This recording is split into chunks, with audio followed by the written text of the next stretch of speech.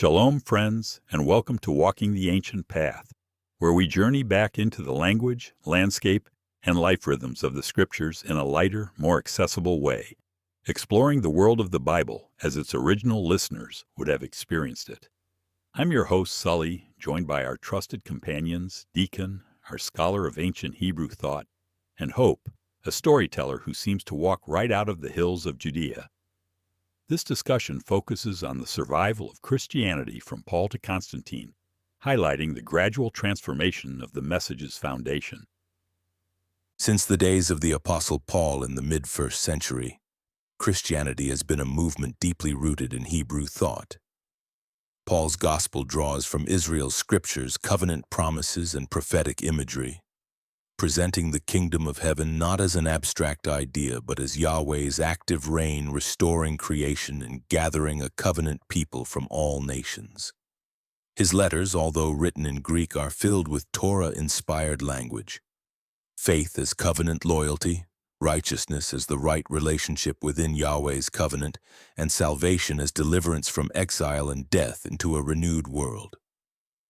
This message spread through house assembly networks in cities like Corinth, Ephesus, and Rome, where small communities of Jews and Gentiles gathered for worship, shared meals, and mutual care. Persecution might scatter these believers, but such scattering often propelled the gospel further along Roman roads and trade routes, turning hardship into an opportunity for growth. Yet as the gospel spread further into the Gentile world, the cultural environment it encountered was deeply Hellenistic. The common intellectual language was influenced by Platonism, Stoicism, and Aristotelian ethics, systems that valued abstract virtues, the cultivation of the soul, and universal ideals expressed in philosophical terms.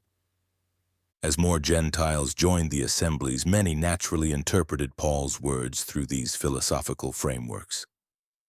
Faith shifted more toward intellectual agreement than covenant faithfulness. Righteousness became moral virtue rather than relational covenant loyalty. The kingdom of heaven turned into an inward moral order instead of a tangible restoration of Yahweh's reign on earth. This interpretive change was subtle initially but would expand over the next 2 centuries.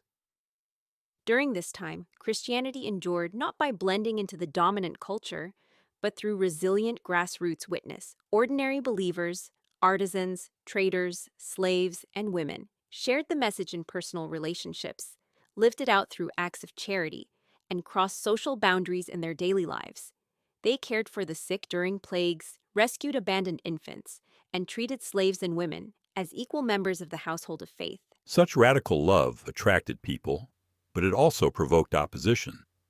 Paul's rejection of idols and emperor worship challenged the civic religion that united Roman society, and his call for one exclusive Lord conflicted with political loyalty and religious inclusivity. Persecution occurred at times, under Nero in the 60s, Domitian in the 90s, Decius in 250, and Diocletian in 303. But it was often local and sporadic, allowing the church to grow stronger during quieter periods. As the church faced these trials, leadership structures evolved. Bishops, presbyters, and deacons helped preserve unity and doctrinal consistency. However, by the 2nd century, many leaders were urban, educated Gentiles immersed in Greek philosophy. Christian apologists like Justin Martyr and Clement of Alexandria deliberately used philosophical categories to present Christianity as the true philosophy, aiming to gain respect among elites and demonstrate that the gospel fulfilled the highest ideals of reason. While this approach made the faith more accessible to the cultured world, it also distanced it from its Hebrew origins. Without the living presence of Jewish covenant thought in most congregations, the scriptures were increasingly interpreted through Greek and Roman moral frameworks rather than the concrete historical worldview of Israel's prophets and psalms. Anti-Jewish sentiment intensified this change. After the Jewish revolts of 66 to 73, 115 to 117, and 118 to 120, 132 to 135 AD, Rome saw Jews as politically threatening. Christians, who wanted to avoid the same negative label, separated themselves from Jewish customs and interpretations. Theological ideas like early replacement thinking argued that the church had replaced Israel, portraying the Hebrew way of life as outdated or inferior to a more spiritual order. In this process, Paul's language of covenant and communal restoration was reinterpreted as individual moral improvement, the immortality of the soul, and ascent to the divine, more aligned with Plato's academy than with the world of the prophets.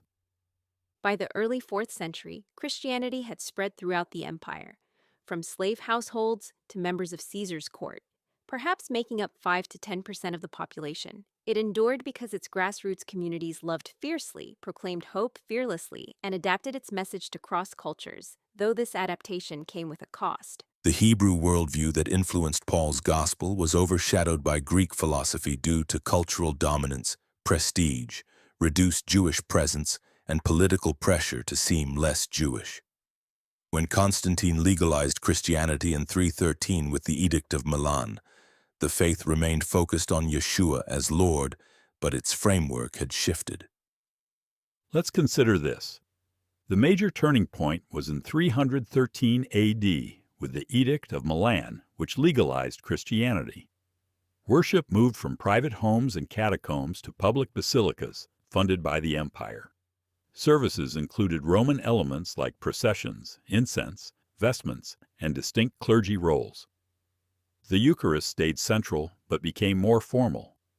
Doctrinal unity became a concern for the empire, and disputes like the Arian controversy led to the Council of Nicaea in 325, which established Easter to replace Passover. Also produced the Nicene Creed, a binding statement of Orthodox belief that soon became part of the liturgy. The canon of Scripture was clarified, episcopal hierarchies were strengthened, and the Edict of Thessalonica in 380 established Nicene Christianity as the official state religion, linking civic loyalty with church allegiance. After the fall of the Western Roman Empire in 476, the Church became the main institution preserving law, culture, and education in the West. The Latin liturgy became standard, with the Roman Rite influencing worship across the region. Services grew longer and more elaborate, featuring chants, set prayers, and a more passive role for the laity. The Eucharist was increasingly seen in sacrificial and mystical terms. The Nicene Creed, expanded at Constantinople in 381, and the Apostles' Creed were integrated into worship and catechesis. Councils clarified doctrine. Ephesus in 431 confirmed Mary as Theotokos. Chalcedon in 451 declared Christ fully God and fully man.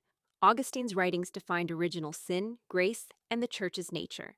Festivals like Christmas and the Feasts of Saints became fixed parts of the liturgical calendar, blending doctrine with worship cycles. As Germanic kingdoms expanded, the papacy claimed broader spiritual authority, guiding political affairs and maintaining religious unity. By the 8th and 9th centuries under Charlemagne, Roman worship was standardized throughout his empire, combining the Roman Rite with Gallican traditions promoting Gregorian chant and ensuring consistency in liturgical books. The Nicene Creed, with the Western edition of the Filioque Clause, became an integral part of the Mass, solidifying confessional identity. Sacramental theology grew deeper, recognizing 7 sacraments in practice and increasingly viewing the Eucharist through the lens of real presence. By Charlemagne's 800 AD coronation as Holy Roman Emperor, the Roman Church was a well-organized institution that used Latin, rituals, and music centered on the Mass. Doctrines on the Trinity, Christology, original sin, grace, and church authority were firmly established and enforced by a hierarchy under the Pope. Politically and spiritually linked, the Church crowned emperors, blessed rulers, and shaped laws of Christendom. From Paul's Hebrew Gospel to the Holy Roman Empire's ceremonies, Christianity endured persecution, spread, and transformed, retaining its core allegiance to Yeshua while recasting its worldview in Greco-Roman terms, with worship and doctrines shaped by centuries of adaptation. If you listeners have areas of interest you'd like to explore further, questions, or comments, please don't hesitate to let us know.